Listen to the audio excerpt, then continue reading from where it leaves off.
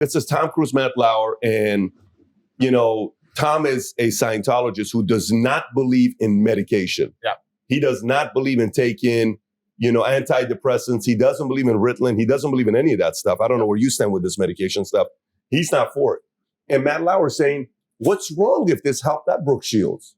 What's wrong if this helps? I would say, you don't realize what this is doing. This is ruining their lives. This is not helping them. Do you realize how many different countries this is illegal in? Do you realize that Ritalin is only legal in a couple different countries? It's not many countries. It's not a legal drug in other places. It's legal. And he's explaining this.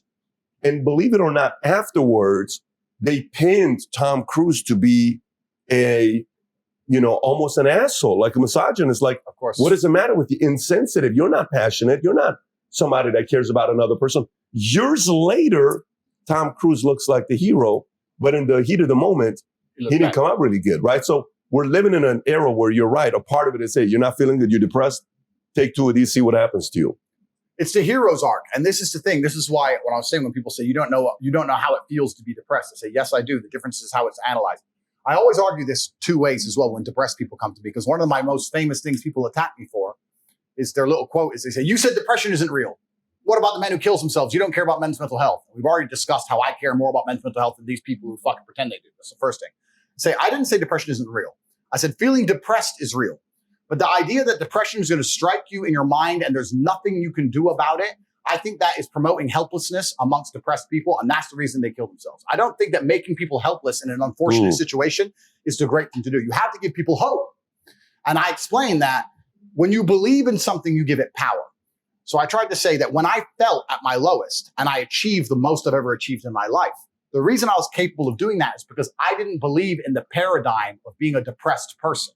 I just believed that this is how I currently feel and fuck it, I'm going to do whatever it takes to get my life to be better. And I gave a very simple example, an analogy. I said, if you take 2 people, one believes in ghosts and one doesn't, you put them both in haunted houses, and in the middle of the night, there's a bang. The person who believes in ghosts is now terrified. There's a ghost, they're calling an exorcist, they're panicking in the room, they're hiding. The person who doesn't believe in ghosts goes wind and goes back to sleep. It's the same noise, it's the same scenario, but it's the belief that's powerful in their mind that terror and ruins their life. It's the belief in their mind that turns against them. And I've said this many times. I don't even give a shit about right and wrong. You can tell me depression's, you can give me with every scientific proof in the world, depression, but I refuse to believe in things that take my power away from me. I'm only going to construct a mental model that allows me to be as powerful as possible. If believing in the idea of depression is going to take my own power away, then I won't believe in it. I don't want to believe in things that make me weak. If you want to reach me, I'm on Minix. Minix is a new app. It's fantastic. It allows me to interact directly with people. I get a lot of messages on email, a lot of DMs and those kind of things. But the people who are serious and want to have serious conversations and grow from them, whether it's a business opportunity or personal experience, etc., I'm on Minix, and I can't wait to interact with the serious individuals of the world. I believe in things that make me strong. And someone goes, oh, you're wrong.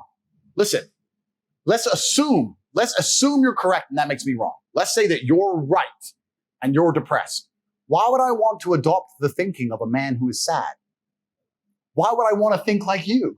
Wouldn't it better to be wrong and be happy and have a sports car and a yacht and a private jet? You want to talk about right? Look at your life. Don't talk about right and wrong. Let's talk about success and results. I don't believe in things that take power from me. I never have. So when people email me and they start saying, I'm depressed. And what's funny is this. I talk to them and they desperately defend the idea of depression. I'm like, my friend, you just told me you're too depressed to be successful and depression has destroyed your life and you lost your girl. I'm telling you that the enemy in your life isn't real. And you're now sending me 10 emails a week trying to convince me that your enemy is a real thing. Why are you sticking up for your enemy? This person, whatever it is, this idea destroyed you and you're putting your energy into defending it. You should be on my team. Whose team are you on here? You want to sit here and convince me? I'm never going to believe you. I'm never going to adopt your thinking because your life is not successful enough for me to emulate. So why don't you try to adopt my way of thinking? Stop defending this. And they're defending it because it's a cure-all excuse. Depression or sadness is a cure-all excuse for men to use for failure. I have failed. This is why they say I don't believe in men's mental health, or the man who's depressed can't compete with the man who's not depressed. This quote. I say, listen, you get to roll out, be fat, be out of shape, be broke, be unimportant with no girlfriend, And instead of the world thinking you're a loser, you get to say, I'm not a loser, I'm depressed. It's a shield. Yeah. And I say, that's why you don't want to lose your shield. Because now you have accountability. Now you have performance. It's a cop out. Fuck it off. I don't give a shit if it's real or not. We're not about that. We're talking about success here. Get rid of your excuses. Stop defending the thing that's ruined your life and get to fucking work. And every time anyone has ever listened to me in history, ever, every single one of them's transformed their lives and messaged me positive messages afterwards. Every single fucking time. That's why I'm antidepressant. Because that pill ain't going to fix you the way becoming the man you wish you were is going to fix you. It's crazy. And then they're going to take one little soundbite. Tate doesn't care about mental health. He thinks depressed people is some bullshit. And they're going to apply it to me. I really do believe, and I state this almost with a degree of achievement, I'm the most misunderstood man on the planet. I really believe I am. It's crazy the level. There are people out there who truly believe I am evil. And I'm nothing close to it. I'm one of the most compassionate people you could possibly meet.